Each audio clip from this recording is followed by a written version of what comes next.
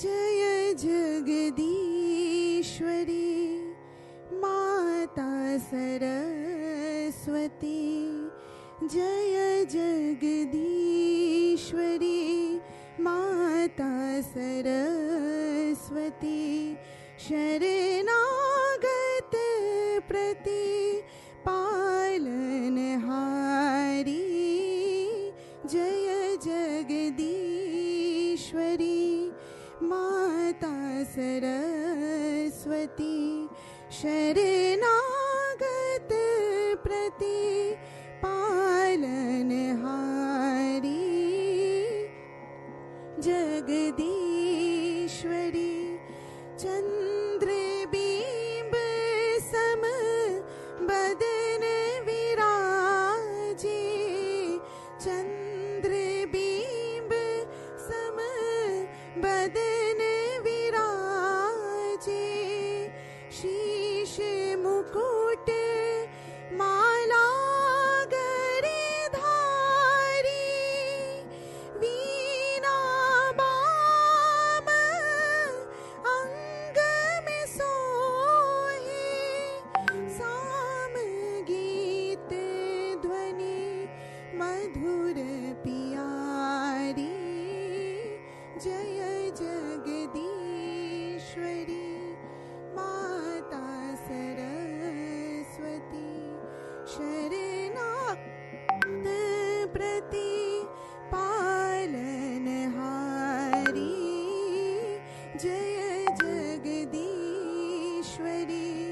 श्वेत बसन कमलासन सुंदर, संग सखी शुभ हंस सवारी, ब्रह्मानंद में दास तुम्हारो, दे दर्शन पर ब्रह्म दुलारी, जय जगदीश्वरी माता सरस्वती, जय जगदीश्वरी, जय जगदीश्वरी, जय जगदीश्वरी। Thank you. धन्यवाद पीयूषा जी। आपने पूरे वातावरण में सरस्वती माँ की वंदना की जो बयार छोड़ी है, उससे सब लोग हम अभिभूत हैं। अब मैं औपचारिक रूप से लोकार्पण की जो रस्म है उसकी अदायगी के लिए माननीय मुख्यमंत्री से प्रार्थना कर रहा हूँ। थोड़ा समय उससे पहले मैं आपसे ज़रूर इतना कहना चाहूँगा कि आज माननीय मुख्यमंत्री सिर्फ प्रदेश के मुख्यमंत्री की भूमिका में यहाँ पर नहीं हैं, बल्कि वो सभी भाषा अकादमियों के अध्यक्ष के नाते उनकी यहाँ मौजूदगी ज़्यादा महत्वपूर्ण मैं मानता हूँ। और इसी क्रम में मैं स्वागत श्री विजयवर्धन का भी करता हूँ, हमारे मुख्य सचिव। उनका भी सिर्फ प्रशासनिक दक्षता या प्रशासनिक शिखर होने के नाते नहीं, बल्कि मैं सूफी चिंतक होने के नाते और उनकी साहित्यिक प्रतिभाओं का एक प्रशंसक होने के नाते उनका हार्दिक अभिनंदन करता हूँ। इस प्रकार से श्री दीपेंद्र सिंह ढेसी बेशक आपको अलग छवि में दिखाई देते हों प्रशासनिक फाइलों के बीच, लेकिन एक प्रखर और अच्छे ढंग के जो श्रोता और वक्ता और पाठक के रूप में मैंने उन्हें गंभीर विषयों पर भी चर्चा करते हुए पाया है। और यही चीज़ श्री उमाशंकर के साथ है कि उन्होंने भी हमेशा साहित्य और संस्कृति और कला से जुड़ी हुई जितनी भी विषय जितने भी होते हैं उन सब के साथ न्याय करते हुए अक्सर पाया है। मैं औपचारिक रूप से अब मैं लोकार्पण की जो रस्म है उसके लिए धीरा जी से आग्रह कर रहा हूँ, कृपया लोकार्पण की रस्म के लिए तैयारी कर लें। और उससे पहले मैं विनम्र आग्रह कर रहा हूँ धीरा जी से कि लोकार्पण से पूर्व पुष्प गुच्छ भेंट करके, इन्हें बुके भी कहते हैं और पुष्प गुच्छ आप हिंदी में कह लेते हैं, बहरहाल दोनों शब्द चलते हैं, उनसे माननीय मुख्यमंत्री और अकादमी अध्यक्ष श्री मनोहर लाल का अभिनंदन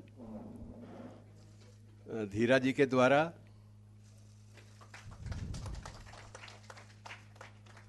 श्री विजयवर्धन, उनका भी सम्मान इसी नाते श्री धीरा जी करेंगी।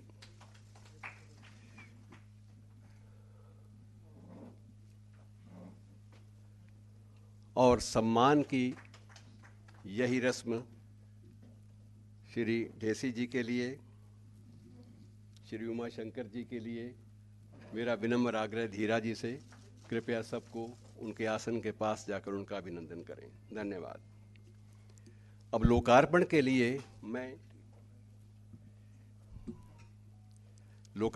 लिए पुस्तकें मंच पर आएं।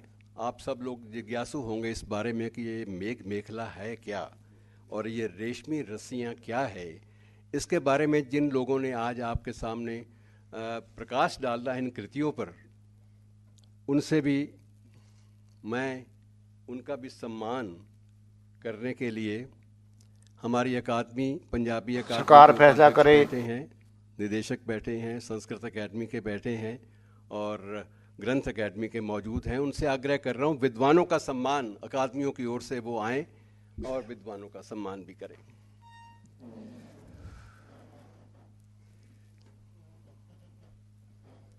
विद्वत्ता को सलाम प्रणाम।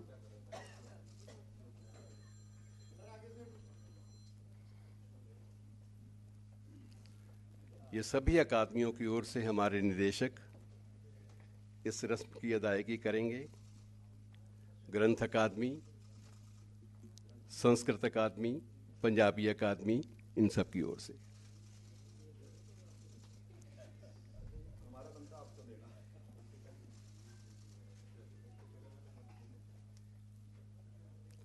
धन्यवाद मित्रों।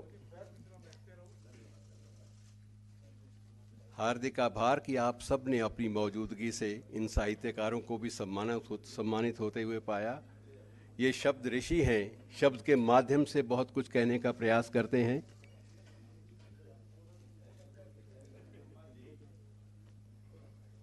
अब मैं लोकार्पण की रस्म की अदायगी के लिए चाहूँगा कि मंच पर पुस्तकें लाई जाएं।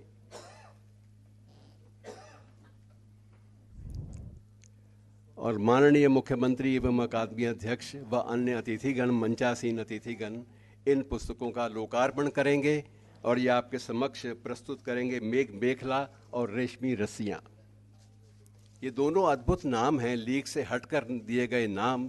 इन नामों के बीच में कहीं ना कहीं संवेदनाएं धड़कती हुई आप पाएंगे।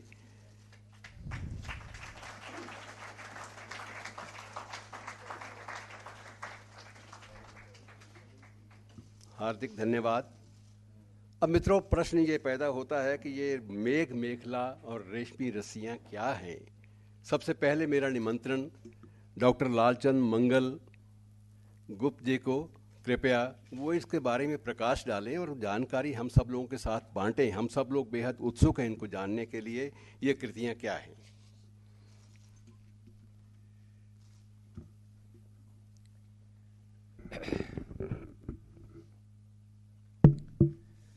आदरणीय मंच और सभागार में उपस्थित मेधा मंडल, लगभग 3 साल पहले मुझे धीरा खंडेलवाल जी की एक पुस्तक ख्यालों के खलिहान पढ़ने का अवसर मिला था। उस समय लगभग 60 कविताएं पढ़कर मेरा जो निष्कर्ष था उस पुस्तक के बारे में, लेखिका के बारे में, नंबर 1, धीरा खंडेलवाल स्वयं सिद्ध कवियत्री हैं। दूसरा, धीरा खंडेलवाल संवेदनशील और संस्कारशील कवियत्री हैं। तीसरा, उनका जीवन दर्शन व्यावहारिक और वैज्ञानिक है। चौथी और अंतिम बात जो मैंने लिखी थी उस समय, उनकी कविताओं को पढ़ते समय, उनकी कविताई को समझते समय पाठकों को सिर भी खुजलाना पड़ सकता है। हर किसी के लिए वे कविताएं नहीं हैं। इस पुस्तक को पढ़कर, आप चित्र ऊपर भी देख रहे हैं, रेशमी रस्सियां, इसको पढ़कर मेरी जो धारणा है वो और अधिक बलवती हुई है। मित्रों, इसमें 69 कविताएं हैं। ज्यों ही पुस्तक के शीर्षक पर नजर जाती है, 2 शब्द इसमें दिखाई दे रहे हैं, एक रेशमी और दूसरा रस्सियां। आप रेशम शब्द की कल्पना कीजिए, आप उसका नाम लीजिए तो रेशम की तरलता, सरलता, सजलता, शुभ्रता, कोमलता और मनोहरता, एकदम उसकी छवि जो है आपके सामने प्रकट होती है। वही रेशम जब रस्सी के रूप में परिणत हो जाता है तो मेरा ख्याल है आप सहमत होंगे कि उस रस्सी को तोड़ने में संभवतः हाथी को भी पसीने आ जाते हैं। तो रेशम की बनी हुई रस्सी, इसी तरह से कवयित्री ने इन दोनों को, रेशम को और रस्सी को, इस रूपक को अपने इस कविता संग्रह में रूपायित किया है।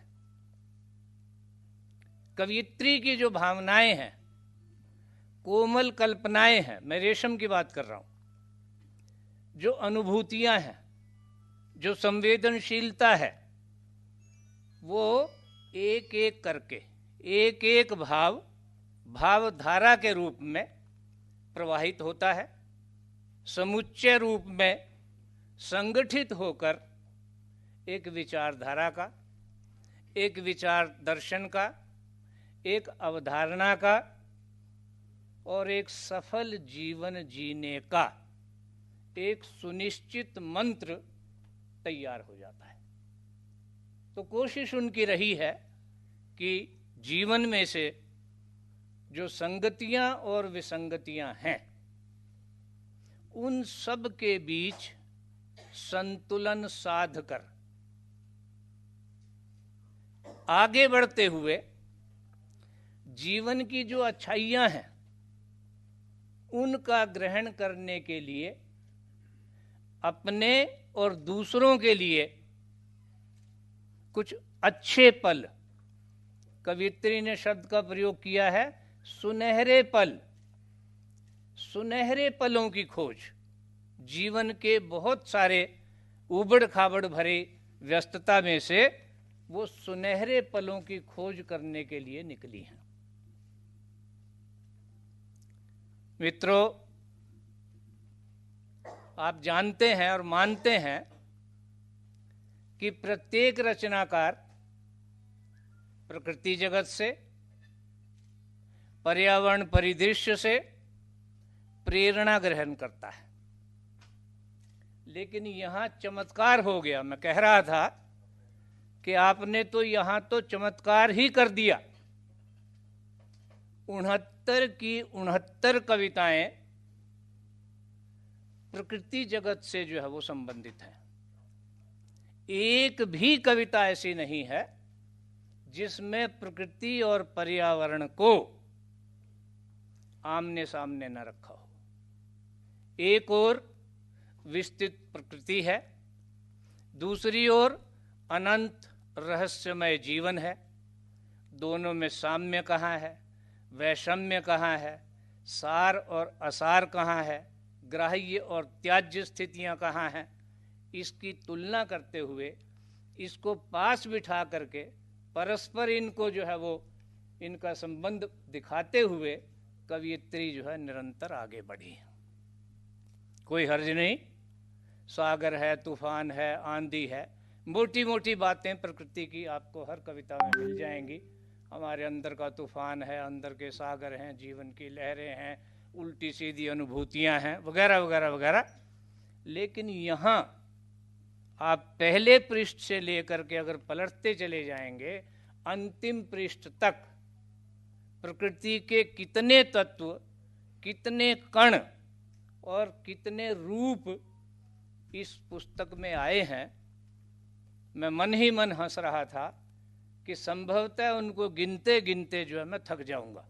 मेरे पास पूरी सूची है, समय को सीमा को ध्यान रखते हुए मैंने 40-45 ऐसे प्रकृति के तत्व जो है वो रेखांकित किए हैं जो एक ओर प्रकृति में है और दूसरी ओर हमारे जीवन में है। लेकिन रचनाकार क्या चाहती है? रचनाकार ये चाहती है कि सार और असार है, त्याग और ग्रहण है। हमारा काम जो है केवल और केवल उनको जो है वो स्वीकार करना है, अच्छे तत्वों को, सुनहरे पलों को। सुनहरे पलों की अगर हम खोज करेंगे तो एक स्वस्थ जीवन दर्शन हमारे सामने जो आ सकता है। मैं बता रहा था कि बुराई में और अच्छाई में संतुलन साधते हुए रचनाकार जो आगे बढ़ी हैं, तो स्वाभाविक है कि पूरे ग्रंथ में, पूरे कविता संग्रह में दो पक्ष जो आपको दिखाई दे रहे हैं। क्या है? बचपन की किलकारियां हैं, बहुत सुंदर बचपन के चित्र जो है मैडम को याद हैं, कंचे खेलने के और मलाई के चटखारे के वगैरह वगैरह। बचपन की किलकारियां, किशोरावस्था की क्रीड़ाएं, युवा मन की उमंगें, युवा वंश का उत्साहवर्धन और हर प्रकार की बाधाओं को पार करके, हर अवरोध को पार करके जीवन जीने की उत्कट अभिलाषा। यहाँ तो सुनहरे पल साफ हैं ही, लेकिन कुछ पक्ष ऐसे भी हैं जिन्हें हम जो है वो उसका अंधकार पक्ष जो है कह सकते हैं। उसका संकेत ये है कि वहाँ अतीत के दुस्वप्न हैं, धूमिल भविष्य की आशंकाएं हैं, घबराहट होती है, पर्यावरण प्रदूषण है, प्रकृति का दोहन है, आरक्षण की समस्या है, भौतिक मायाजाल है और नारी जीवन की विषमताएं हैं। लेकिन इसके मूल में भी प्रकारांतर से लेखिका की तमन्ना उन विकृतियों को प्रदर्शित करते हुए उसमें से संस्कृति की खोज करना है। तो दोनों पक्ष जो है उज्ज्वलता की ओर हमें जो है ले जाते हैं और वो दुराशा में सदाशा और विकृति में संस्कृति की खोज को लेकर चली हैं। दो एक पंक्तियां हैं। स्वयं सुरक्षा राह दिखाती, खुद पर निर्भर रहना होगा, जीवन का हर सुख दुख अपने दम पर सहना होगा। एक और बात कह रही हैं, सूख ही गया आखिर आंखों का पानी, आदमी कितने छल करता और कितनी झूठ बयानी, मुझसे तो बयां नहीं होती। रचनाकार हाथ खींच लेती है, भैया ये काम मेरे वश का नहीं है, ना मैंने ये काम करना है। क्या? सूख गया आखिर आंखों का पानी, आदमी कितने छल करता और कितनी झूठ बयानी, मुझसे तो बयां नहीं होती। उसकी ये सब बातें बेइंसानी बातों को रचनाकार जो है स्वीकार करने के लिए तैयार नहीं है। दो चार बातें और कही जा सकती थी। त्रिखा जी का आतंक मेरे साथ है। अंत में एक बात कहूँगा, लगता नहीं है लगने लगेगा जी। लगता नहीं है लगने लगेगा जी। धीरा की कविताएं पढ़ा करो। मित्रों, विद्वान को बात कहने का सलीका आता है और डॉक्टर मंगल के बारे में सिर्फ एक ही बात मैं कहना चाहूँगा कि अब तक प्रदेश में 50 से भी अधिक प्रदेश के साहित्यकारों पर जो शोध प्रबंध लिखे गए वो इनके मार्गदर्शन में लिखे गए। ये एक बहुत बड़ी उपलब्धि है इनकी। अब मैं निमंत्रण दे रहा हूँ केंद्रीय साहित्य अकादमी के उपाध्यक्ष श्री माधव कौशिक को। मित्रों, हम सब के लिए गर्व की बात है कि हरियाणा का एक बेटा आज उस पद पर बैठा है जिस पद पर कभी डॉक्टर राधाकृष्णन बैठा करते थे। ये हम सब के लिए हर्ष का विषय है। श्री माधव कौशिक बिना किसी भूमिका के।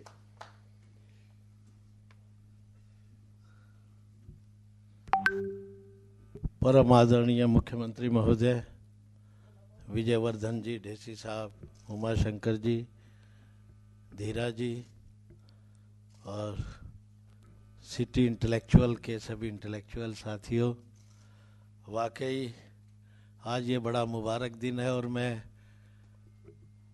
साहित्य अकादमी हरियाणा को बधाई देता हूँ कि उन्होंने इतना भव्य आयोजन किया। बहुत वर्षों बाद ऐसा आयोजन देखने में आया। वाकई आप साधुवाद के पात्र हैं। मित्रों, राष्ट्रीय साहित्य अकादमी अक्सर एक आयोजन करती है पूरे देश में, विमेन पोइट्स मीट। 24 भाषाओं की हम महिलाओं को आमंत्रित करते हैं, रचनाकारों को आमंत्रित करते हैं। वो अपनी रचनाएं पढ़ती हैं, रचना प्रक्रिया बताती हैं। तो जब ये पुस्तक मेरे पास आई तो बड़ा एक ऐसी अनुभूति हुई, मैं आपसे वो साझा करना चाहता हूँ। शास्त्रीय विवेचना तो गुप्ता जी कर ही चुके हैं। वो जो पोइट्स मीट होती है, विमेन पोइट्स मीट, वहाँ जो महिलाएं रचनाएं पढ़ती हैं, पूरे देश की 24 भाषाओं की महिलाएं, उनका स्वर इतना कर्कश होता है, इतना आक्रोश होता है कि कई बार लगता है कि वो कविताएं ना होके पुरुषों को आरोप पत्र थमा रही हैं, पूरे समाज को कटघरे में खड़ा कर रही हैं। और दक्षिण भारतीय भाषाओं का स्वर तो बहुत ही ज़्यादा अराजक है। तो साहित्य अकादमी के उस माहौल से जब मेरे पास मेघ मेखला आई तो मैं वाकई चौंक गया और मुझे बड़ा अच्छा लगा कि तपते हुए रेगिस्तान में कोई मरुद्यान यहाँ भी है, पढ़ने लायक कविताएं हैं। ये सार्थक सोच का सबसे बड़ा नमूना है। मित्रों, एक बात विशेष तौर पे मैं रेखांकित करना चाहूँगा। इसी मार्च में मैं चंडीगढ़ साहित्य अकादमी का अध्यक्ष रहा हूँ बहुत साल।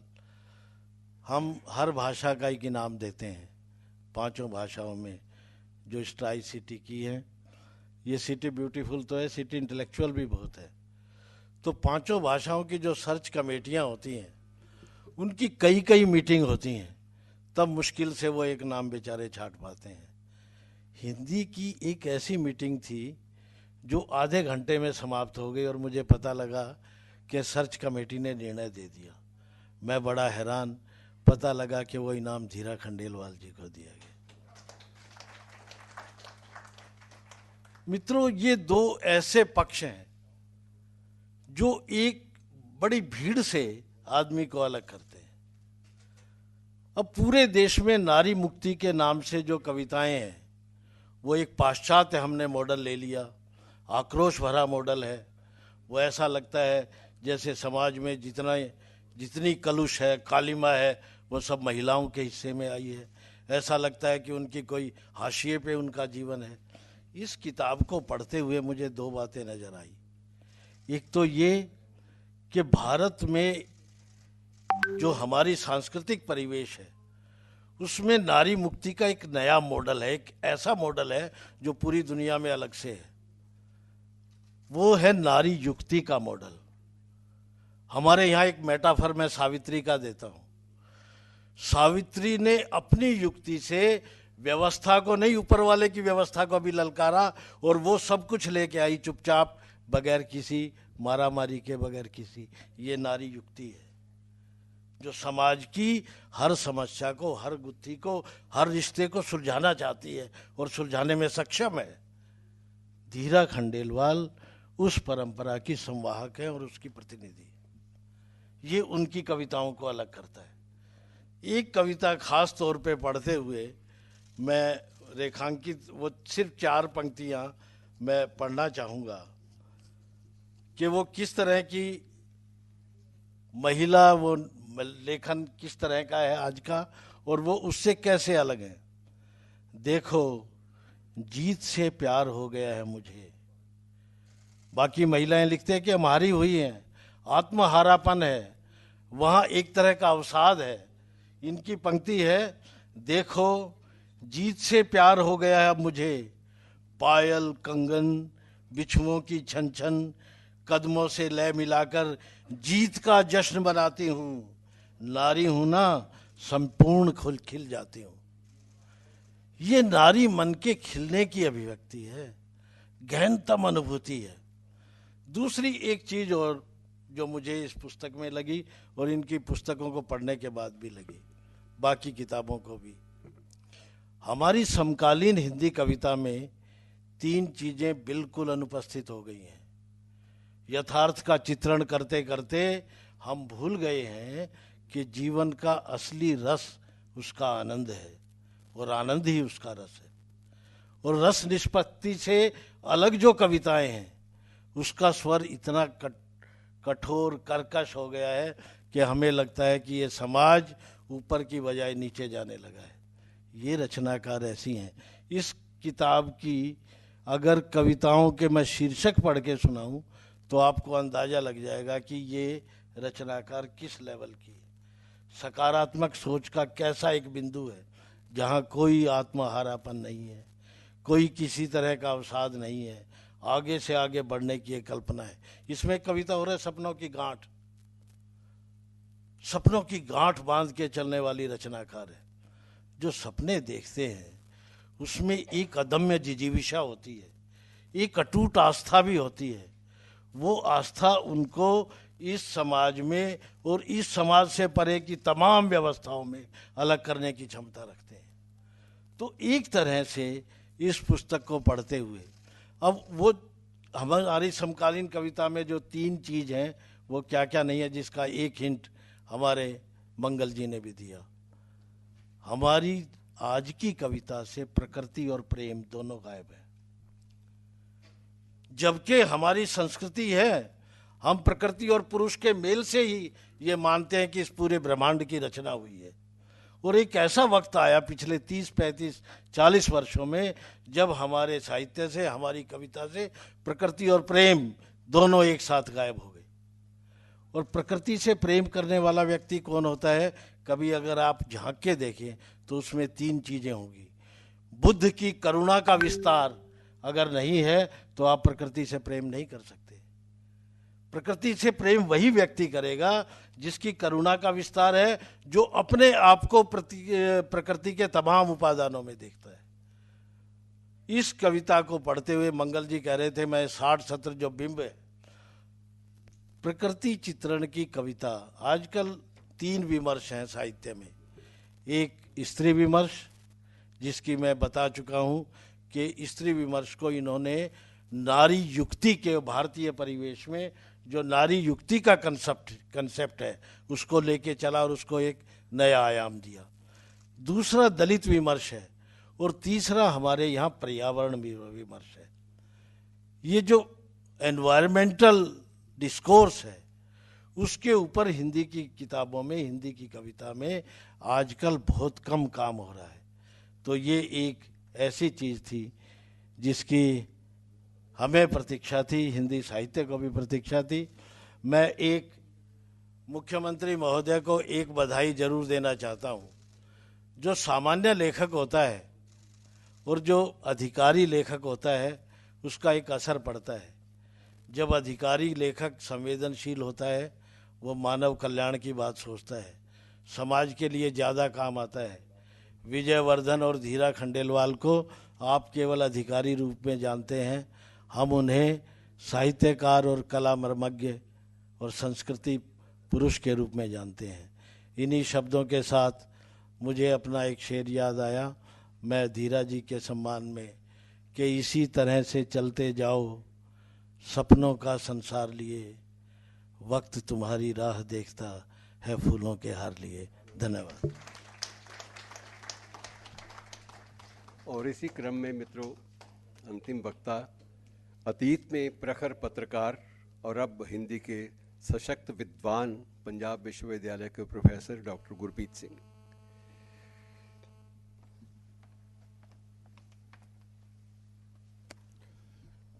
धन्यवाद सर। आप साथ ही खड़े हैं, बता ही रहे हैं, समय जब हो जाएगा तो। अब दिक्कत ये है कि एक किताब पे मंगल सर बोल गए और दूसरे किताब पे माधव जी बोल गए, और तीसरी किताब अभी मैम की आज 2 ही विमोचन है तो मेरे पास, तो मैं मैम के बारे में ही, पहली बात तो मैं आपका आभार व्यक्त करता हूँ मैम, आपका, धीरज जी का और त्रिखा जी का, कि उन्होंने मुझे इस मंच पे मंगल जी और माधव जी की श्रेणी में रखने की खतरा उठाया है। और मुझे वैसे भी बहुत अटपटा लग रहा है फ्रेंकली, क्योंकि मैं हरियाणा कवर करता रहा हूँ 10-12 साल, तो हम सुनते ज़्यादा रहे हैं और सब लोग यहाँ पे बैठे हैं इस प्रकार से बोलना, हालांकि अब 10-12 साल मुझे वहाँ भी गए हो गए, पर इस प्रकार से आप लोगों के बीच बोलने का संभवतः ये पहला अवसर होगा जिनको हम 10 साल मिलते रहे या सुनते रहे। तो एक तो यही कि जैसे अभी माधव जी बोल के गए कि क्योंकि थोड़ा सा अनुभव हमें भी है हरियाणा की अफसरशाही का, कि आपके यहाँ मुख्यमंत्री जी अच्छी बात है कि जो कलाकार शब्द तो कई अर्थ दे देता है, लेकिन कवि या साहित्य में अनुराग रखने वाले जो अधिकारी हैं वो बहुत हैं, जैसे विजयवर्धन जी का अभी जिक्र हुआ। और ये कहा जाता है, बिहारी का एक दोहा है सर कि या अनुरागी चित्त की गति समझे नहीं कोय, ज्यों ज्यों बूढ़े श्याम रंग त्यों त्यों उज्जवल होए। तो यहाँ पर अगर हम श्याम की जगह साहित्य में डाल दें तो ये बात सही है सर कि जितना साहित्य से आप जुड़ेंगे उतनी आप में संवेदनशीलता होती है। रामचंद्र शुक्ल बहुत बड़े लेखक हैं, हिंदी के कुछ लोग परिचित होंगे, उन्होंने कविता क्या है करके एक निबंध है उनका, जिसमें उन्होंने लिखा है कि मनुष्य भाव की रक्षा कविता के द्वारा होती है। ऐसे ही धूमिल का नाम आप लोगों ने सुना होगा, संसद से सड़क तक, वो ये कहते हैं कि कविता जो है वो भाषा में आदमी होने की तमीज़ है। तो ये जो प्रवृत्ति है ये बहुत अच्छी है, इसे बढ़ावा देना चाहिए। इसीलिए शायद पुराने राज दरबारों में सर जो नवरत्न होते थे उसमें कवि साहित्यकार जरूर होते थे। ये जो बिहारी का मैंने दोहा बताया, उनको भी हर दोहे पे एक अशर्फी मिलती थी। और आप तो जानते हैं हमारे पूर्व प्रधानमंत्री अटल बिहारी वाजपेयी जी स्वयं कवि थे और उनकी एक अलग किस्म की छवि थी। तो शायद अच्छा है कि ये इस प्रकार से आपके यहाँ एक प्रवृत्ति हमें देखने को मिलती है और साहित्य के प्रति एक अनुराग मिलता है, जिससे कि हम ये मान सकते हैं कि एक प्रकार की संवेदनशीलता या वो जो मनुष्य भाव की रक्षा है वो होने की उम्मीद हम ज़्यादा कर सकते हैं। 2-3 बिंदु मैं केवल कहूँगा क्योंकि दोनों किताबों के बारे में बात हो गई। एक आगे की पंक्ति है बहुत मशहूर, मौन भी अभिव्यंजना है, जितना तुम्हारा सच है उतना ही कहो। तो जो माधव जी भी कह रहे थे कि जो एक चीख पुकार है जो कभी कभी देखने को मिलती है, शायद धीरा जी ने ये जो मंत्र है अज्ञे का कि जितना तुम्हारा सच है उतना कहो, मौन भी अभिव्यंजना, इसी वजह से उनका एक कविता संग्रह ही जो पहले आया था उसका नाम ही मुखर मौन था। तो वो कहीं ना कहीं उसके नज़दीक जाता है या शायद वो कहीं ना कहीं उससे प्रभावित रही होंगी। और इसी वजह से, बाकी खंडेलवाल साहब को ज़्यादा पता होगा घर में शोर का, लेकिन कविताओं में वो चीख पुकार नहीं मिलती। बहुत सरलता से उन्होंने बातें कही हैं। एक बिंदु जो और रह गया, मैं डर रहा था क्योंकि मैंने तो कहा था त्रिखा जी की सर मेरे को पहले बुलवा देना, पर उन्होंने मेरा आग्रह माना नहीं और 2 लोग बोल गए, तो मैं सोच रहा था कि कहीं ये बिंदु भी ना निकल जाए। तो वो ये है जो मैंने उनमें देखा कि जो प्रयोग है वो उन्होंने बहुत किए। मतलब कोई भी ऐसी विधा नहीं है, और ऐसे कई विधाएं तो मुझे मैम पता आपसे लगी हैं कि जैसे वो जो पिरामिड वगैरह और हाइकू, साइली छंद, त्रिवेणी जिसमें गुलजार साहब बहुत चर्चित रहे हैं, और बड़ी लंबी कविताएं, छोटी कविताएं, बहुत सारे हैं इसमें, मुकरियाँ, शेर, भाषा के स्तर पर भी आप देखेंगे तो वो मुझे बहुत चीज़ आकर्षित करती है कि ये हिचकते नहीं है प्रयोग करने से। इन्होंने अलग अलग विधाओं में, कविता के अलग अलग रूपों में, चाहे शिल्प के स्तर पे हो या शैली के स्तर पे हो या भाषा के स्तर पे हो या विषय के स्तर पर भी हो, वो लेने की कोशिश की है। और मेरा ये मानना है कि प्रयोग जो है वो किसी भी चीज़ में हमें आगे बढ़ाने के लिए बहुत ज़रूरी है। किसी भी क्षेत्र में एक्सपेरिमेंट जो व्यक्ति नहीं कर सकता वो आगे नहीं बढ़ सकता, और प्रयोग के लिए आपको साहस चाहिए होता है क्योंकि आप बंदी बंधाए ढर्रे से हटते हैं। तो वो मैडम ने किया है, तो वो भी मैं उनको बधाई देना चाहता हूँ। कविताओं के मैं उतने उदाहरण नहीं दे रहा क्योंकि मेरी नॉर्मली आदत यूनिवर्सिटी में जाने के बाद भी यही है कि जो समय मुझे दिया जाता है, जैसे त्रिखा जी वहाँ से उठेंगे उससे पहले ही मैं रुक जाऊँगा, यहाँ तक नहीं आने दूँगा। तो दूसरी बात, जो उद्गम स्रोत है, जैसे वो बात क्योंकि उन्होंने कह दी प्रकृति है, क्योंकि एक मैं इनका साक्षात्कार पढ़ रहा था मैम आपका, उसमें इन्होंने कहा भी है कि पंत और जयशंकर प्रसाद इनके पसंदीदा कवियों में है, तो नेचुरली वो चीज़ आनी ही थी, तो इसलिए प्रकृति के जो इंद्रधनुषी रंग हैं वो उनकी कविताओं में दिखते हैं। एक और बात संभवतः लास्ट ही होगी, उसके बाद वैसे मैं एक दो चाहता था, लेकिन अगर सर इजाज़त देंगे तभी, बट एटलीस्ट कुछ बिंदु जो मैं बोलना चाहता था उनमें से ऑलमोस्ट हो गए। वो ये कि कविता के बारे में ये कहा जाता है कि कविता पहले आपको दिखाई देती है, फिर सुनाई देती है आपके कानों से, और फिर आपके हृदय को छूती है। दिखाई कैसे देती है? क्योंकि चित्रात्मकता उसमें एक होनी चाहिए, जो हम शब्द चित्र जिसको कहते हैं, बिंब जिनको हम कहते हैं, वो जो पैमाना अगर हम देखें तो उसमें भी इनकी कविताएं काफ़ी हद तक हम ये मान सकते हैं कि वो सफल रही हैं। जहाँ पर वो आप जब पढ़ते हो तो पहले आपको एक चित्र दिखाई देता है, और फिर वो आप सुनते हैं उसको, और फिर वो आपके हृदय में उतरता है। तो ये भी इनकी कविताओं से उदाहरण दिया जा सकता है। मैं अभी पढ़ नहीं रहा हूँ क्योंकि मुझे ये लगता है कि समय की सीमा हो सकती है।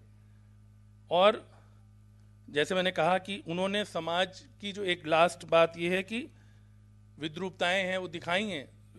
मैं पढ़ नहीं रहा हूँ, जो स्त्री पे या बच्चियों पे बहुत सारी कविताएं उनकी हैं, लेकिन उन्होंने उनकी कविताओं में इस बात का शायद ध्यान रखा, या उनके व्यक्तित्व से ये निकला होगा कि निराशा या अवसाद में छोड़ के नहीं जाती वो पाठक को, कहीं ना कहीं वो आगे निकालने की भी बात करती हैं। जो मनुष्य की जय यात्रा, जो आचार्य द्विवेदी ये कहते थे कि मनुष्य की जो जय यात्रा है उसमें हमेशा विश्वास बना रहना चाहिए कि किसी भी स्थिति से हम आगे निकल सकते हैं। तो वो जो स्वप्न दिखाने का काम है, साहित्य, हम सबको पता है कि सपने पूरे नहीं होते, गाना भी एक, जो ये सपने सच हो जाते तो ये सपने क्यों कहलाते, पर उसके बावजूद उसका एक बहुत बड़ा मुकाम है, क्योंकि वो लगातार आगे चलाते रहते हैं। अगर हमारी ज़िंदगी से ये समाप्त हो जाएंगे, जो मैम ने खुद भी लिखा भी है कि वे विद्रूपताओं के बीच ख्वाब बुनने की कोशिश करती हैं, अगर वो सपने ख़त्म हो जाएंगे तो फिर हम आगे नहीं बढ़ पाएंगे। हम सबको मालूम होता है कि ये चीज़ें, शायद सारी चीज़ें उस तरह से साकार नहीं हो सकती, पर लगातार वो कहीं ना कहीं उनमें देखने को मिलता है। और अंतिम बात, क्योंकि त्रिखा जी खड़े हो गए, तो वो ये कि भाषा के स्तर पर उन्होंने जोर जबरदस्ती नहीं की है। कई बार क्या होता है कि हम बड़े बड़े शब्दों का प्रयोग करने की कोशिश करते हैं हर जगह पर, जो हम सबकी आदत होती है, कहीं भाषण देने भी जाते हैं तो, या और जगह भी, और उससे कहीं ना कहीं वो जो कृत्रिमता है वो बढ़ जाती है। तो वो सरलता और वो सहजता उनमें लगातार है। मैम आपको एक बार फिर से बधाई, और मुझे लगता है कि 2011 से आपकी जो यात्रा शुरू हुई थी, पहली जो मुझे जितना मैंने पढ़ा आपके उसमें, वो निरंतर जारी रहेगी, और आगे जो आपका जीवन है जिसमें शायद आपके पास और समय होगा, उसमें भी बहुत सारी कृतियां आप हमारे बीच लाती रहेंगी। और आप सबका एक बार पुनः धन्यवाद।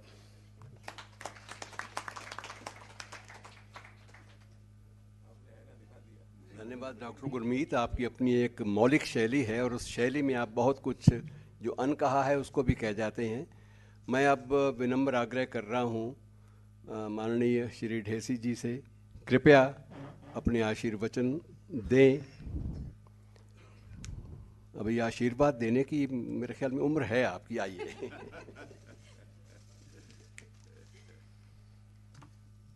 आदरणीय मुख्यमंत्री जी, धीरा खंडेलवाल जी एवं सम्मानित अतिथिगण, कुछ वर्ष पूर्व धीरा जी की एक अन्य संग्रह के विमोचन के अवसर पर भी मुझे उपस्थित रहने का मौका मिला। अगर मैं सही मुझे याद हो तो उस समय हाइकू शैली में आपका एक संग्रह था जिसको कि रिलीज़ किया गया था, और मेरे ख्याल यही वेन्यू भी था। तो उसी क्रम में धीरा जी की कलम लगातार चल रही है, और जैसा कि पूर्व वक्ताओं ने बड़े विस्तार से उनकी शैली की जो विशिष्टता है उसके बारे में हमें अवगत कराया है, और ये एक बहुत मैं समझता हूँ कि बड़ी बात है कि जो अपने अपने क्षेत्र में जो तीन वक्ता जो पूर्व आए थे, जो कि साहित्य के बारे में, कविता के बारे में इतना ज्ञान रखते हैं कि उन्होंने धीरा जी के लेखन के बारे में एवं उनकी शैली के बारे में जो उनके विचार रखे गए वो बहुत ही प्रेरणादायक हैं। धीरा जी का लंबा प्रशासनिक अनुभव भी है, लेकिन जैसे जैसे साल बीतते गए हैं उनकी जो लेखन की शैली है और जो उनकी इस विषय में जो उनकी उपलब्धियां हैं उनमें भी साथ साथ बढ़ोतरी होती रही है।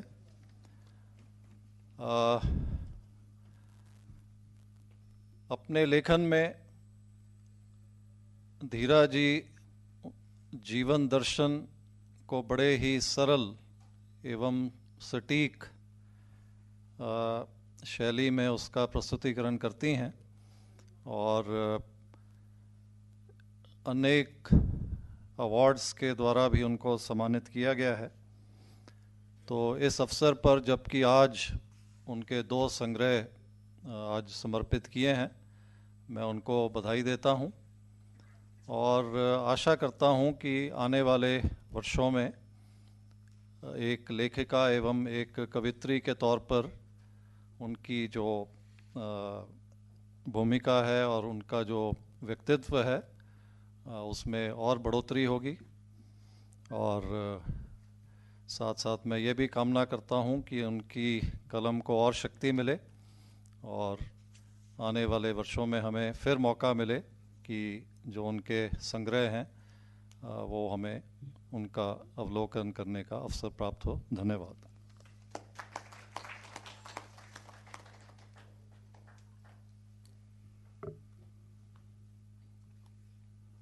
माननीय श्री विजयवर्धन, आपसे मेरा विनम्र आग्रह, कृपया आप जो कहेंगे मुझे उसके बारे में कुछ भी नहीं कहना, क्योंकि आप बहुत कुछ कहने का अंदाज़ आपका अपना है। मित्रों, मैंने इनको मंच पर देखा है सूफियाना कविता का पाठ करते हुए और बहुत सारी ऐसी सुखद अनुभूतियाँ जुड़ी हुई हैं इनके साथ। मेरा उनसे विनम्र आग्रह, कृपया अपनी बात अपनी शैली में कहें।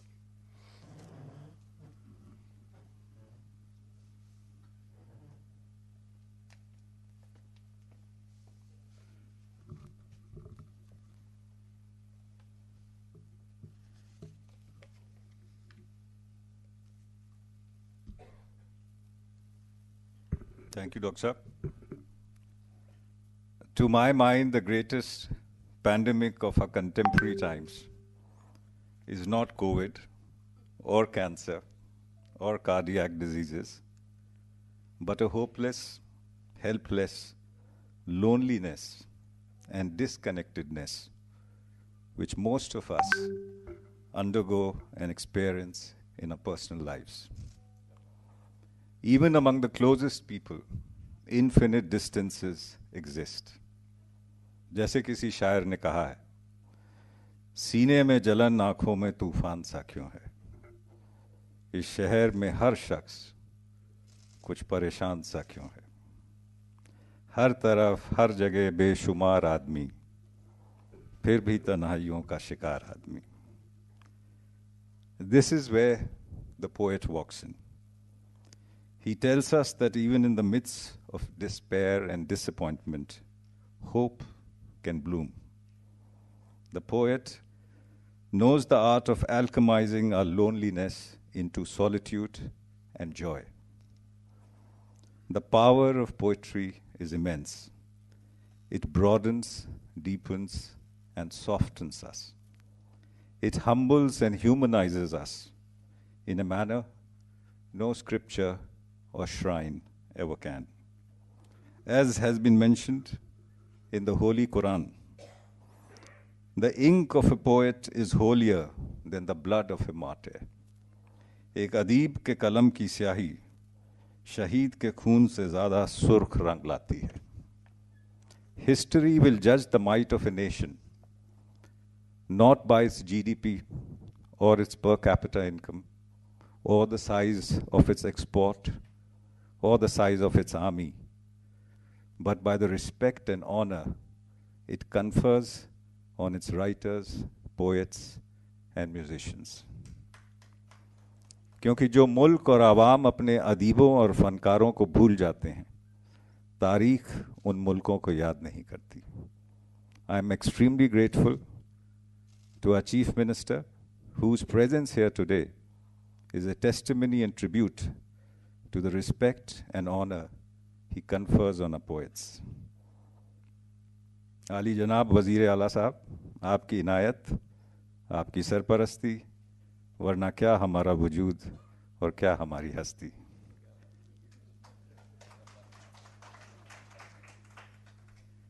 Great poetry transcends borders. It understands the commonality of human experience. The love, lament, laughter of the prince, the pauper, the poet, the saint, and the sinner is all common.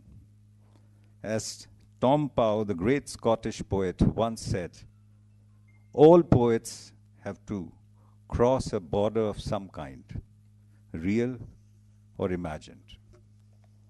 The power of the word, the power of the poetry cannot be overemphasized.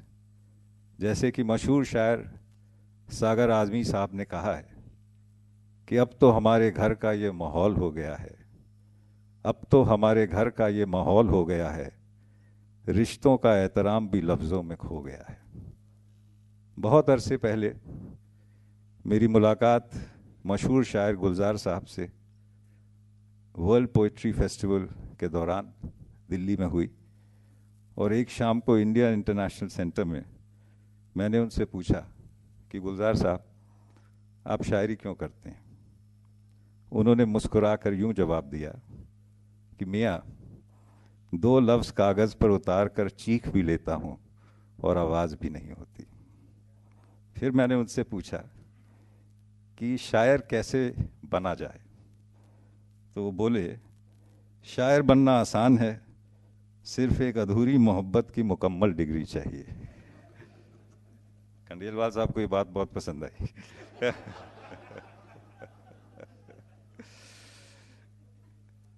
लफ्ज़ों की अहमियत गुलजार साहब यूं बयान करते हैं, लफ्ज़ कागज़ पे बैठते ही नहीं, लफ्ज़ कागज़ पे बैठते ही नहीं, उड़ते फिरते हैं तितलियों की तरह और लफ्ज़ हवा में घुल जाते हैं। जहन से निकलकर दिल से पिघलकर, कभी माशरे की दहलीज, कभी रिवायतों के दायरे को तोड़ते, लफ्ज़ हरकारों की तरह एहसासों को ओढ़ते दूर तक दिल में उतर जाते हैं। फासले मीलों के हो, फासले मीलों के हों या सालों के, लफ्ज़ एक लम्हे भर में तय कर जाते हैं। People have talked about the journey of Dheera as a poetess. Let me tell you, being a poet is not easy, because all poets have a manufacturing defect, which is that they must speak the truth.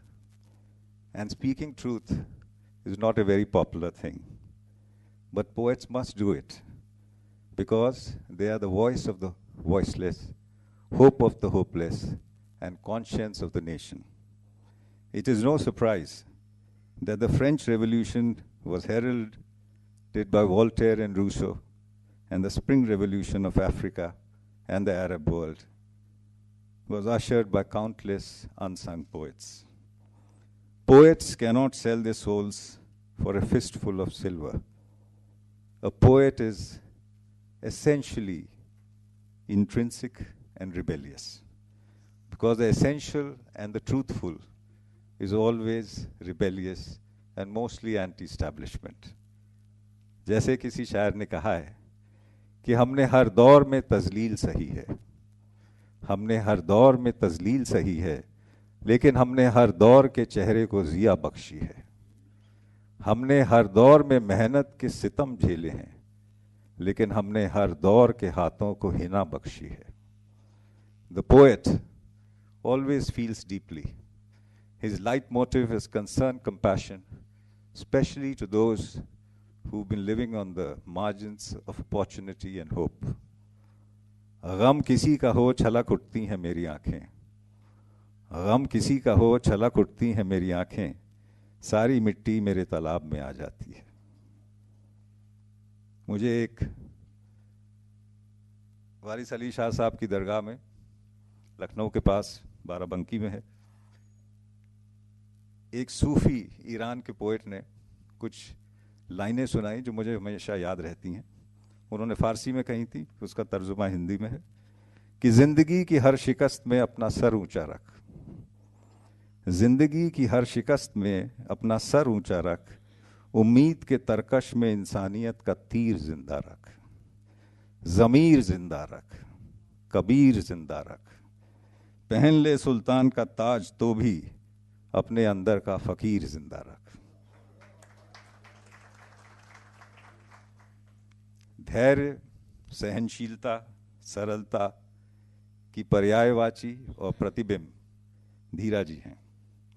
धीरा खंडेलवाल की शायरी उस फिक्र की शायरी है जिसने जिंदगी की जद्दोजहद को अपने ऊपर हावी नहीं होने दिया। धीरा जी की ये बहुत खूबसूरत पंक्तियां हैं जिनको मैं अपनी आवाज देने की गुस्ताखी कर रहा हूं। तुम रोना मत, तुम रोना मत, सुनो तुम रोना मत, धैर्य अपना खोना मत, नींद भी आ जाए तो सोना मत, सुनो तुम रोना मत, छुप छुप के मत बहाना अश्रु माला, छुप छुप के मत बहाना अश्रु माला, खुद को उसके मोतियों में पिरोना मत, तुम रोना मत, सुनो तुम रोना मत, फना हो जाए गर उनकी आंखों से प्यार का लिहाज, फना हो जाए गर उनकी आंखों से प्यार का लिहाज, प्यार की लाज तुम खोना मत, सुनो तुम रोना मत, तुम्हारे होने का फर्क पड़ता नहीं उनके फैसलों पे जब, फिर राय शुमारी में शामिल तुम होना मत। ये इन्होंने एज ए ब्यूरोक्रेट बोला है। A bureaucrat must know how to remain silent at appropriate times. That is good for career progression. तुम ही कृष्ण हो और तुम ही द्रौपदी, तुम ही कृष्ण हो और तुम ही द्रौपदी, आंचल का कोना अपने आंसुओं से भिगोना मत, सुनो तुम रोना मत।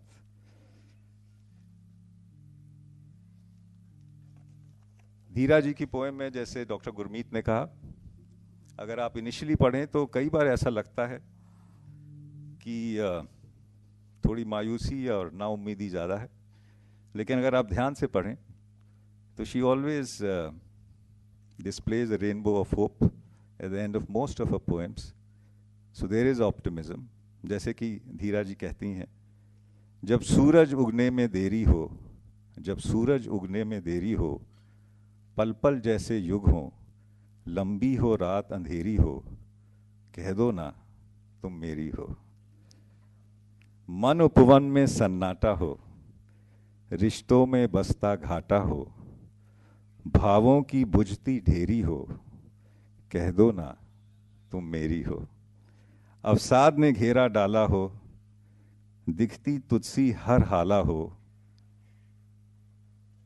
बजती याद की रणभेरी हो, कह दो ना कि तुम मेरी हो। फूल खिलें कांटे मुरझाएं, आंखें दर पे आस लगाएं, विपता की लगती फेरी हो, कह दो ना कि तुम मेरी हो। जब छट जाएं बादल काले, किस्मत के दिखे रूप निराले, उम्मीदों ने घटा बिखेरी हो, कह दो ना तुम मेरी हो। मैं अपनी तकरीर ख़त्म करूंगा, but I will be Fehling in my duty if I don't say a few words.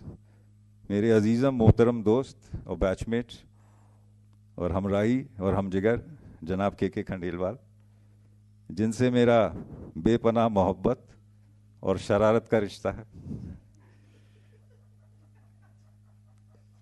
उनकी शख्सियत की शान में मैं ये दो शेर नज़र करता हूँ, which capture the nuances of his personality very well. जिंदा दिल आदमी हैं, रसिक हैं। खुदा के लिए इसे और संवारो, खुदा के लिए इसे और संवारो, यही इस शहर में एक कातिल बचा है।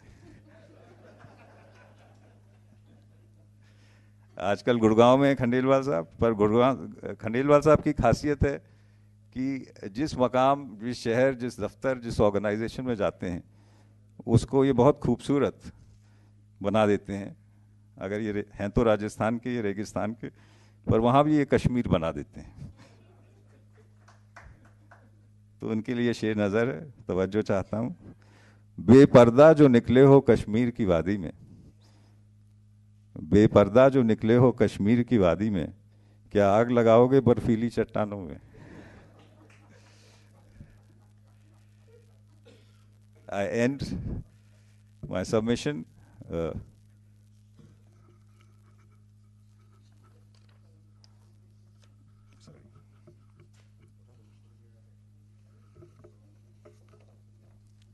Thank you. मैं दिल से दुआ करता हूँ कि धीरा जी को सेहत, सुकून और इत्मीनान मयस्सर हो और इंसानी जज्बात को कम से कम लफ्ज़ों में बयान करने का हुनर जो उनमें है वो आने वाले वक्त में और परवान चढ़े। This is a Sufi couplet for Dheera. मैं शहरे लफ्ज़ में जो बाकमाल हो जाऊं, मैं शहरे लफ्ज़ में जो बाकमाल हो जाऊं, नए सुखन के लिए एक मिसाल हो जाऊं। जो तू बड़ा कोई दरवेश है, जो तू बड़ा कोई दरवेश है, तो फिर सुन ले नज़र वो डाल कि मैं बेमिसाल हो जाऊं। शुक्रिया।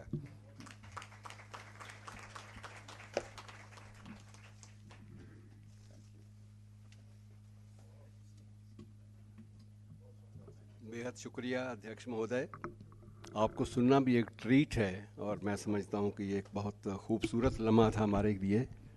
इससे पहले कि मैं मुख्य अतिथि महोदय और अकादमी अध्यक्ष होने के नाते उनसे आग्रह करूं कि वो अपना आशीर्वाद दें और अपने कुछ संदेश दें, हमें कुछ मार्गदर्शन दें। मैं एक छोटी सी बात अभी विजयवर्धन साहब ने भी कही कि आदमी खुद से संवाद नहीं कर पाता। एक छोटी सी कविता मुझे याद आ गई, एक उर्दू शायर की, वो गुस्ताखी के साथ मैं पेश कर रहा हूँ कि है शिकायत ये मुझे अरबाब टेलीफोन से, कि है शिकायत ये मुझे अरबाब टेलीफोन से, क्यों फ़लाँ नंबर मुझे मिलता नहीं, क्यों कोई पत्ता उधर हिलता नहीं, क्यों मेरे दिल का कमल खिलता नहीं। और उस तरफ से फिर ये आता है जवाब कि ये तो नंबर आप ही का है जनाब। दूसरों से बात बेशक कीजिए, खुद से मिलने की ना कोशिश कीजिए। आज की मसरूफ़ दुनिया में कहाँ मुमकिन है ये आदमी खुद से मुखातिब हो सके। शुक्रिया। माननीय मुख्यमंत्री महोदय कृपया आशीर्वाद दें और संदेश दें।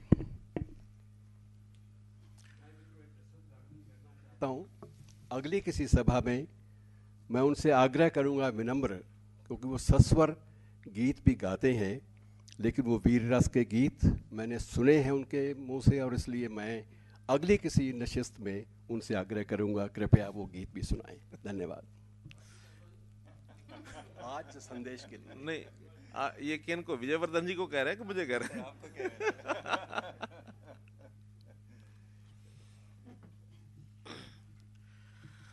हरियाणा के हमारे मुख्य सचिव श्री विजयवर्धन जी, मेरे साथ प्रधान सचिव श्री ढेसी जी, मुख्य प्रधान सचिव ढेसी जी, प्रधान सचिव उमाशंकर जी, आज की इस सभा की मुख्य आकर्षक, मुख्य संसदीय सचिव कवित्री श्रीमती धीरा खंडेलवाल जी, हरियाणा साहित्य अकादमी उर्दू अकादमी के निदेशक डॉक्टर चंद्र त्रिखा जी, सभी हमारे विख्यात कविता जगत से जुड़े हुए महानुभाव, विभिन्न अकादमियों के उपाध्यक्ष एवं निदेशकगण, आज के इस कार्यक्रम को मैं समझता हूं कि जिस प्रकार का वातावरण बनाया है, चाहे हमारे चंद्र त्रिखा जी हों, विजयवर्धन जी हों, या फिर डॉक्टर लालचंद गुप्त जी, माधव कौशिक जी, प्रोफेसर गुरमीत सिंह जी, एक ऐसा वातावरण बनाया जिसमें मुझे लगता है मैं कहीं फंस गया हूं। लेकिन फिर भी कोशिश करूंगा कि एक समाप्त करते समय इन सब बातों का उल्लेख करते हुए अपनी बात को पूरा कर सकूं और उसमें से बच के बाहर निकल सकूं। आज हमको मालूम है कि 23 जनवरी का दिन है और 23 जनवरी सुभाष चंद्र बोस जी का जयंती का दिन है। ये 125वीं जयंती आज उनकी सारे देश में मनाई जा रही है और इस वर्ष से आगे के लिए इस दिन को पराक्रम दिवस के रूप में मनाया जाएगा, ऐसी सरकारी तौर पर ही घोषणा की गई है। और इस पराक्रम दिवस पर ये 2 पुस्तकों का विमोचन, ये भी धीरा खंडेलवाल जी का पराक्रम है। अब चूंकि बहुत सी पहले भी इनकी पुस्तकें, कविताओं की रचनाएं, उनका विमोचन हुआ है। शायद 4 पुस्तकें पहले हो चुकी हैं और 2 अलग से उसको क्या नाम दिया है, नहीं 2 हैं हाइकू संग्रह। अब ये नाम ऐसे हैं कि जो कभी हमने पहले सुने भी नहीं हैं। 2 हाइकू संग्रह भी हैं, 4 2 6, आज 2 और हो गई, तो 8 पुस्तकें हो गई। आज सुभाष चंद्र जी बोस के जयंती दिवस पर मैं इतना ही कहूंगा कि आज़ादी की जो लौ है वो उन्होंने पैदा की जब उन्होंने नारा दिया कि तुम मुझे खून दो, मैं तुम्हें आज़ादी दूंगा। एक बहुत बड़ा आह्वान था और हमारे देश की युवा शक्ति उस आह्वान के कारण से आगे बढ़ी, देश में आंदोलन हुआ, हमको आज़ादी मिली और जय हिंद को भारत का राष्ट्रीय नारा बना देने वाले जो महान क्रांतिकारी हमारे पराक्रमी सुभाष चंद्र बोस, उनको हम श्रद्धांजलि अर्पण करते हैं। उनके बारे में यदि मैं ये कहूं कि चलो फिर से आज वो नज़ारा याद कर लें, चलो फिर से आज वो नज़ारा याद कर लें, शहीदों के दिल में थी वो ज्वाला याद कर लें, जिसमें बहकर आज़ादी पहुंची किनारों पे, जिसमें बहकर आज़ादी पहुंची किनारों पे, देशभक्तों के खून की वो धारा याद कर लें। इसलिए मित्रों, ये दिन विशेष दिन है। आज हम हमारी प्रशासनिक अधिकारी कवित्री श्रीमती धीरा खंडेलवाल जी के जो काव्य संग्रह है मेघ, मेखला और रेशमी रस्सियां, इसका लोकार्पण किया है। इसकी बहुत मुझे खुशी है। पुस्तकें मैं मात्र उसको देख ही पाया हूँ, इतना समय तो नहीं होता कि थोड़े समय उसको पढ़ लिया जाए, लेकिन वो कविताएं पढ़ने के बाद एक भाव, एक मन में विचार जरूर आया कि एक कविता का लेखन और पठन ये किसी भी कवि या कवित्री का एक गॉड गिफ्टेड टैलेंट हो सकता है, लेकिन मुश्किल होता है उस कविता को पढ़ने वाले और सुनने वाले के लिए। जैसा कहा कि कई बार तो सिर के ऊपर से निकल जाती हैं तो सिर को खुजलाना पड़ता है कि इसका अर्थ क्या है क्या नहीं है। तो ये जिन्होंने वातावरण बनाया है, खास करके हमारे विजयवर्धन जी ने, तो उसमें उनको अपना आनंद रस लिखने का भी, पढ़ने का भी सब आता है, लेकिन जब सुनने वाला उसको जो भाव समझ में आ जाए तब तो आनंद आता है, और भाव अगर समझ में ना आ पाए तो सिर के ऊपर से निकल जाता है। फिर भी इन कविताओं का एक सार होता है, उनके अंदर एक संदेश होता है, और उस संदेश में समाज का चित्रण, व्यक्ति का चित्रण, बुराइयां, अच्छाइयां, उसको किस प्रकार से हल करना है, हल होनी संभव भी है कि नहीं है, या स्वप्न बन के रह जाते हैं। ठीक कहा प्रोफेसर गुरमीत सिंह जी ने कि वो स्वप्न की तरह भी कई बार ऐसे ऐसे ख्वाब उसमें डाले जाते हैं, पूर्ण होने वाली होती भी हैं, न होने वाली ये कह करके छोड़ दी जाती हैं, तो स्वप्न ही था। तो इस प्रकार से मन में एक भाव लेकर के जो ये कविता संग्रह का एक इन गहराइयों से निकले हुए जो मोती हैं उनको अंदर तक ले जाने का जो काम इन कविताओं के द्वारा होता है, वो बहुत ही एक सीख देने वाली होती हैं। हमारी मैडम धीरा खंडेलवाल जी ने, इन्होंने भी जिस मर्मस्पर्शी भाषा शैली में ये अपनी कविताएं लिखी हैं, इसका निश्चित रूप से आने वाली पीढ़ी को भी बहुत एक लाभ होगा।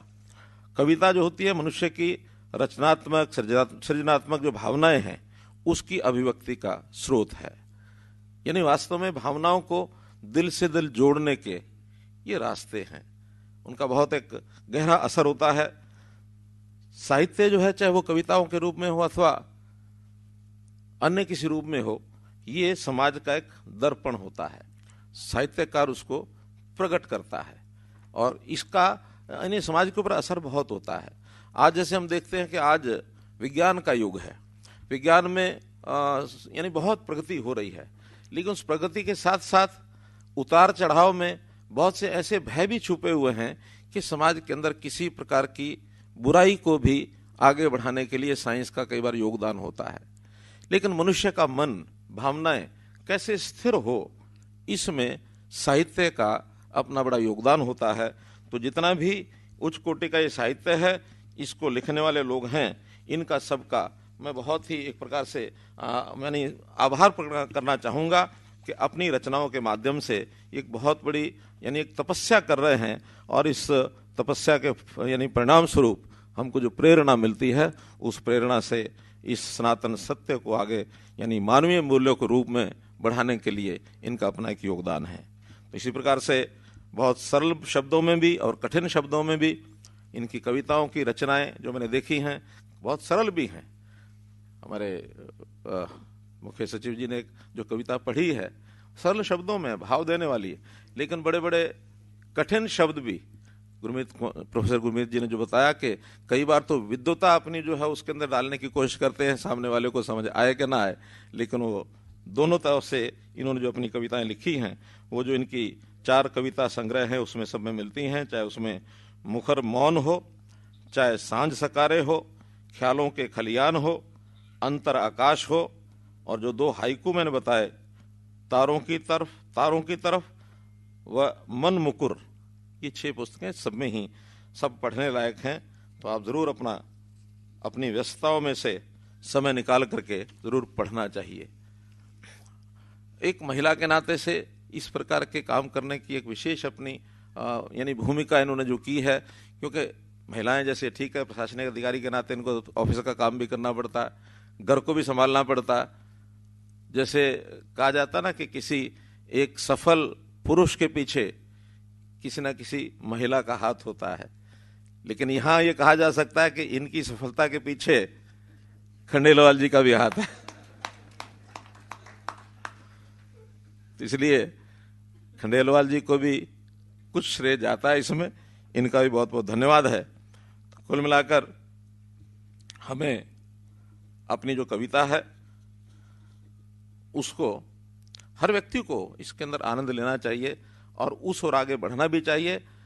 शब्द समझ में आए ना आए, भाव जरूर समझने चाहिए, और भाव यदि ध्यान में रहे तो उसका एक आनंद रहता है। मैं एक कविता को याद करता हूँ, सन 1982 या 83 में कविता मैंने सुनी थी। बहुत प्रारंभ काल में कविताओं में आनंद और प्रकार का होता था, भाव भी होता था। तो उस समय की कविता मुझे कविता तो याद नहीं है, भाव याद है। तो आज बैठे बैठे उन भावों के आधार के ऊपर मैंने 2-3 पहरे यहीं बैठे बैठे लिखे हैं, तो मैं आपको सुना करके, और शायद उसमें कहीं तुकबंदी ठीक हो जाए।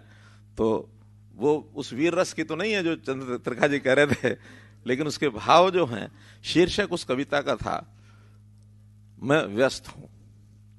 और ये सामान्यतः हर व्यक्ति के जीवन में व्यस्तता के नाते से वो कई बार सोचता है मैं बहुत व्यस्त हूं। तो उसके 2-3 पहरे जो बैठे बैठे मैंने लिखे हैं कि सुबह सुबह उठ चाय के प्याले पर, सुबह सुबह उठ चाय के प्याले पर, मेज पर देखता हूं बहुत से अखबार, सुर्खियां घूर लेता हूं, पढ़ पाता नहीं क्योंकि मैं व्यस्त हूं।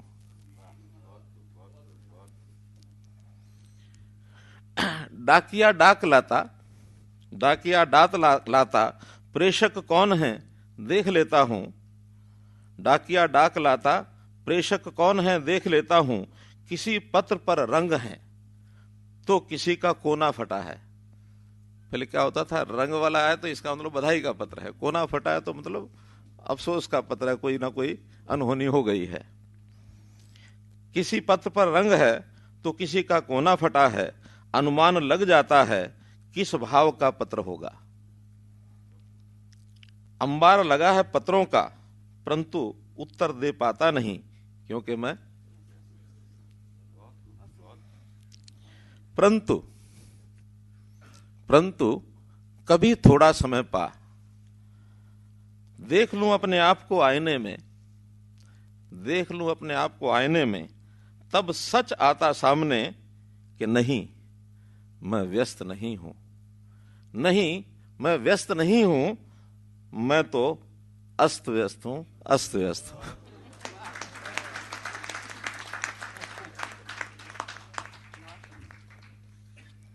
तो मित्रों, इस साहित्य सृजन की जो परंपरा है, इसको हम हरियाणा सरकार में भी काफी आगे बढ़ा रहे हैं। हमने साहित्य को आगे बढ़ाने के लिए, क्योंकि ये हरियाणा जो है साहित्य लोक संस्कृति की ही भूमि है। यहाँ पर सरस्वती नदी, उसके किनारे पर कहते हैं वेदों की रचना हुई, और वेदों के बाद लगातार साहित्यकार यहाँ अपनी अपनी भूमिका में इस प्रदेश का, इस इलाके का नाम सब बढ़ाते रहे हैं। उसको आगे बढ़ाने के लिए जो विख्यात साहित्यकार हैं, इनको प्रोत्साहन मिले, तो हरियाणा में हमने अलग अलग अकादमीज बनाई हैं। 6 अकादमीज बनी हुई हैं, और 6 अकादमीज ने साहित्यकारों को अपनी अपनी दृष्टि से, चाहे वो पंजाबी साहित्य हो, चाहे वो उर्दू साहित्य हो, संस्कृत हो, अन्य भाषाओं के नाते से भी, तो इस अकादमियों का अपना अपना रोल है। इनको और हम प्रमोट करना चाहते हैं। इसमें बहुत से पुरस्कार साहित्यकारों को दिए जाते हैं अपनी अपनी रचना के हिसाब से, लेकिन आज ही एक विचार ऐसा हो रहा था कि हम जो नए साहित्यकार हैं, उन नए साहित्यकारों को, युवा साहित्यकारों को भी किस प्रकार से प्रोत्साहन दें। तो उस प्रोत्साहन में हम लोग विचार करते हैं कि जो पहली बार कोई रचना करता है, ऐसी पहली बार रचना करने वाले युवा साहित्यकारों का उसका भी संग्रह किया जाए, और उसमें उसको प्रोत्साहित करने के लिए, यानी साहित्य की रचना का उसके कंपटीशन बना करके, क्योंकि पहला साहित्य है उसको अलग से मूल्यांकन करें, तो पहली रचना पर भी अलग से युवा पुरस्कार इस प्रकार से शुरू करने चाहिए। उसके लिए अगर हमको बजट भी अलग से बढ़ाना होगा तो हम निश्चित रूप से बढ़ाएंगे। मैं चूंकि स्वयं चेयरमैन हूँ इन सब अकादमीज का, तो कभी कभी मूल्यांकन करता रहता हूँ। उसमें एक जो दुखद पहलू वो ये है कि हम इसमें लगभग 10 करोड़ रुपया सभी अकादमियों पर लगाते तो हैं, लेकिन उसमें अभी जो वास्तव में साहित्य को प्रमोट करने के लिए उसमें 10 से 15% पैसा ही लगता है। 80 से 85% कहाँ चला जाता है? सबकी तनख्वाहों में चला जाता है, इतने लोग लगे हुए। तो बड़ा दुखद पहलू है, मैंने पिछली बार बताया भी था। अब ये तुम नहीं कहेंगे कि हाँ भी जो लगे हुए लोग हैं उनको हटाना है, लेकिन उसको रीऑर्गेनाइज करना है कि उन लोगों से काम हम सभी साहित्य अकादमियों का कॉमन लें। अभी थोड़ी उसमें कठिनाइयां हैं। पिछले दिनों मैंने व्यक्त भी की थी ये बात, अपने सारे जो उपाध्यक्ष हैं और जो डायरेक्टर हैं, निदेशक हैं, उनको सबको कहा था। तो इसका बजट बढ़ाएंगे, लेकिन उसका जो पोर्शन है, ज्यादा पोर्शन उसका साहित्य को बढ़ावा देने में लगे। उसके लिए नई व्यवस्थाएं जो करनी है वो खड़ी करें, और एक डायरेक्टरी भी मैं चाहूंगा कि एक निदेशिका ऐसी बने जिसमें प्रदेश भर के सारे साहित्यकारों का उसमें उल्लेख हो। तो इस प्रकार से भी उसको हम आगे बढ़ाएं। निश्चित रूप से आज का दिन एक साहित्य के नाते से आगे बढ़ाने के लिए बहुत ही कारगर सिद्ध होगा कि साहित्य प्रेमियों को प्रेरणा मिले। सरकार की ओर से जो भी अपेक्षा होगी उसको पूरा करेंगे। और मैं इस अवसर पर पुनः धीरा खंडेलवाल जी को बहुत बहुत शुभकामनाएं और बधाई देता हूं कि इन्होंने अपनी रचनाओं में 2 रचनाओं को और बढ़ाया। हम सब इनसे प्रेरणा लें, आगे बढ़ें। बहुत बहुत धन्यवाद।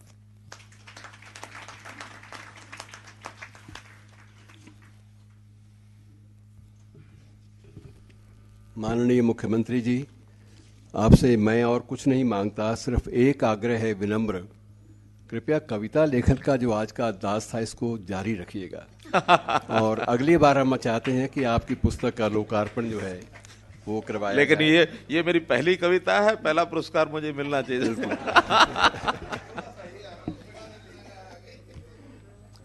मैं अब माननीय मुख्यमंत्री से आग्रह करूंगा विनम्र कि हमारे जो 3 विद्वान हैं उनको स्वयं अपने कर कमलों से सम्मानित करें।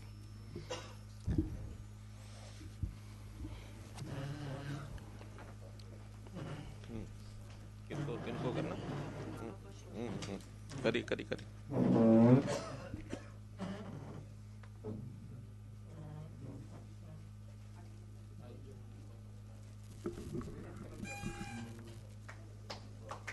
ये हमारे परिवेश का सम्मान है जो हमारे अकादमी अध्यक्ष इन सबको प्रदान कर रहे हैं।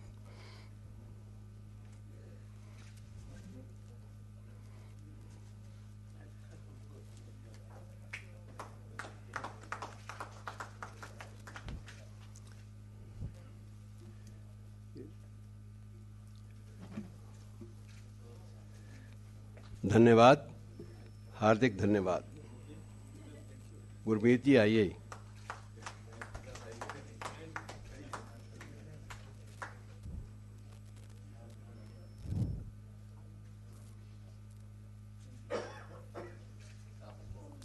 मैं अब आग्रह करूंगा धीरा जी से, कृपया वो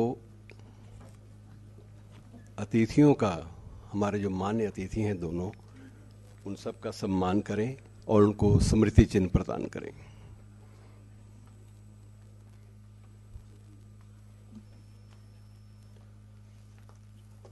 पहला सम्मान माननीय मुख्यमंत्री महोदय के लिए।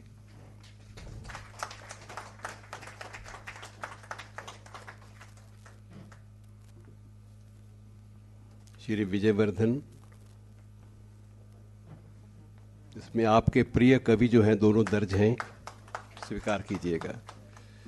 श्री दीपेंद्र सिंह ढेसी जी,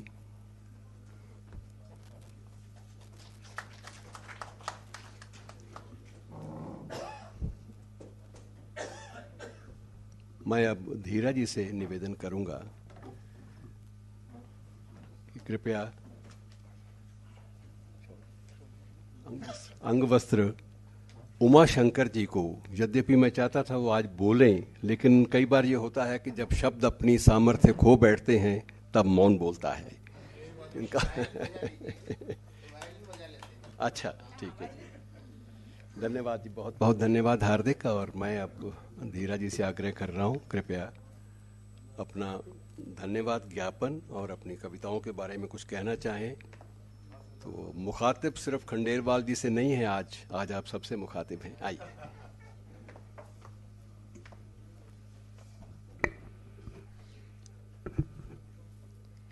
परम आदरणीय साहित्यानुरागी हमारे मुख्यमंत्री जी श्री मनोहर लाल जी, यहाँ पर उपस्थित, मंच पर उपस्थित श्री विजयवर्धन जी, देसी साहब, उमाशंकर, और स्पेशली मैं यहाँ पे कहना चाहूँगी कि हमारे सीनियर अधिकारी श्री युद्धवीर सिंह मलिक जी और उनकी पत्नी सुचिता मलिक भी विशेष रूप से यहाँ पे आए हुए हैं।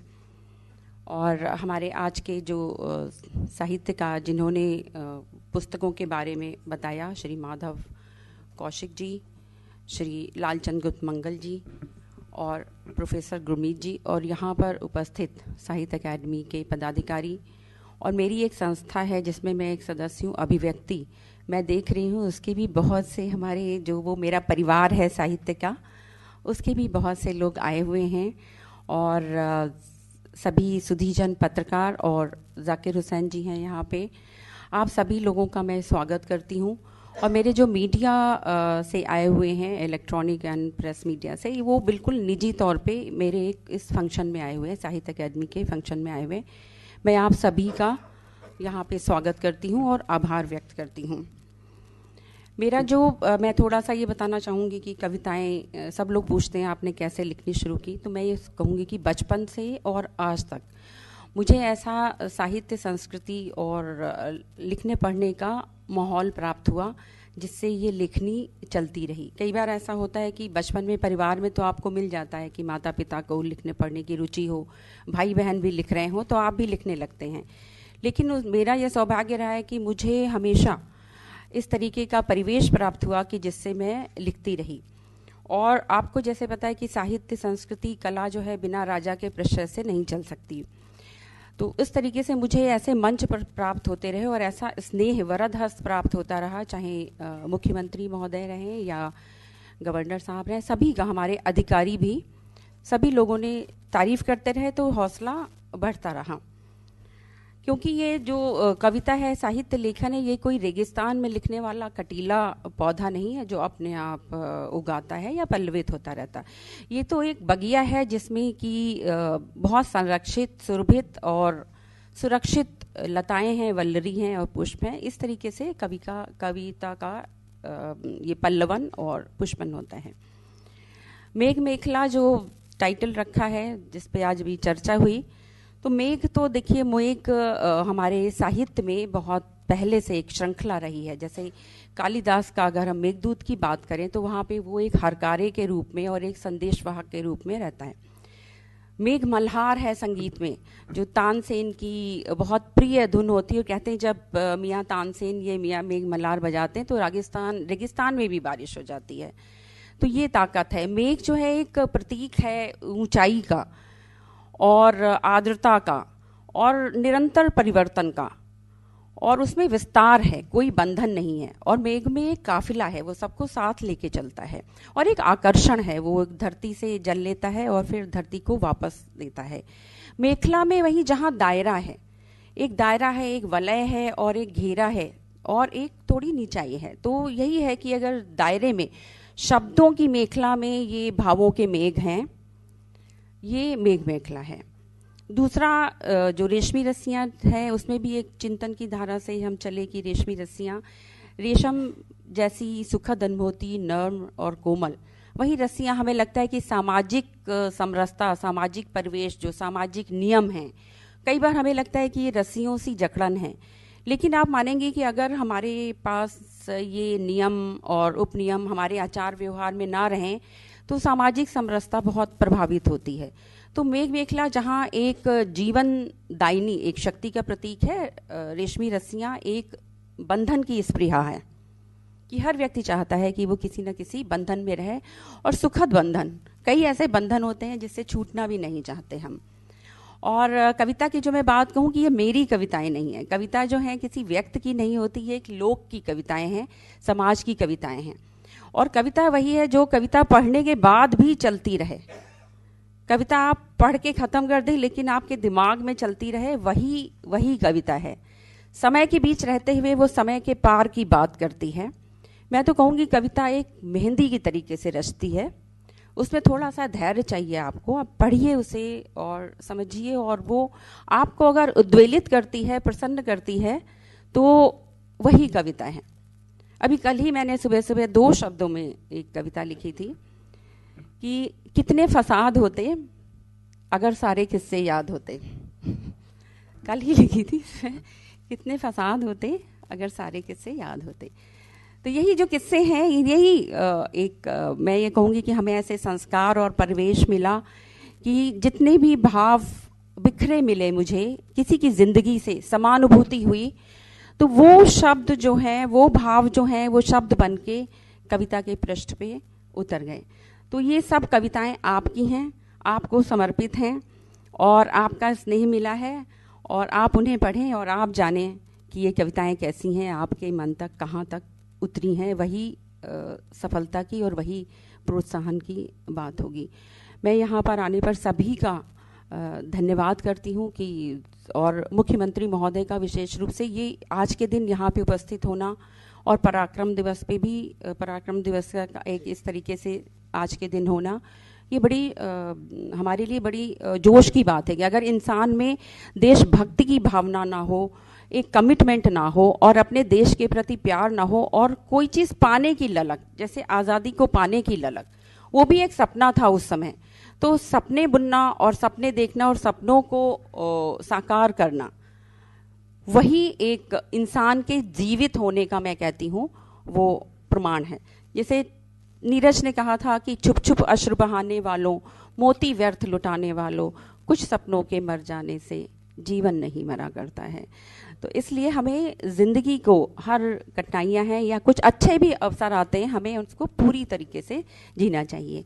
और आज मुझे बहुत खुशी है कि साहित्य अकादमी के इस फंक्शन में माननीय मुख्यमंत्री जी का जो साहित्य के प्रति जो कमिटमेंट है, जो प्रतिबद्धता है, वो हम सब के लिए, जो रचनाकार हैं हरियाणा में, जो उदीयमान हैं या जो लिखना चाहते हैं, युवा वर्ग हैं, उसके लिए मुख्यमंत्री महोदय के मन में बहुत कुछ विचार हैं। वो चाहते हैं कि नई पीढ़ी को लेखन की तरफ कैसे प्रेरित करें, और आने वाले दिनों में कुछ न कुछ योजनाएं और कुछ ऐसी आएंगी।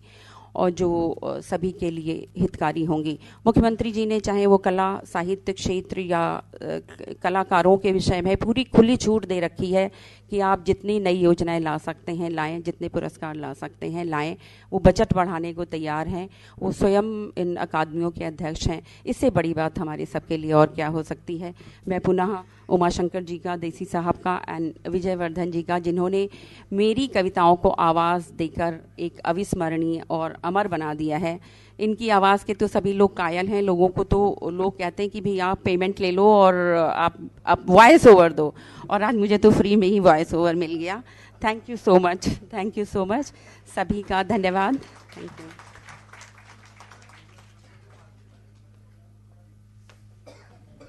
आप सबसे विनम्र आग्रह, कृपया जलपान लेकर जाएं और माननीय मुख्यमंत्री जी से विनम्र आग्रह कि जाते जाते पुस्तक प्रदर्शनी पर एक नज़र डालते जाएं।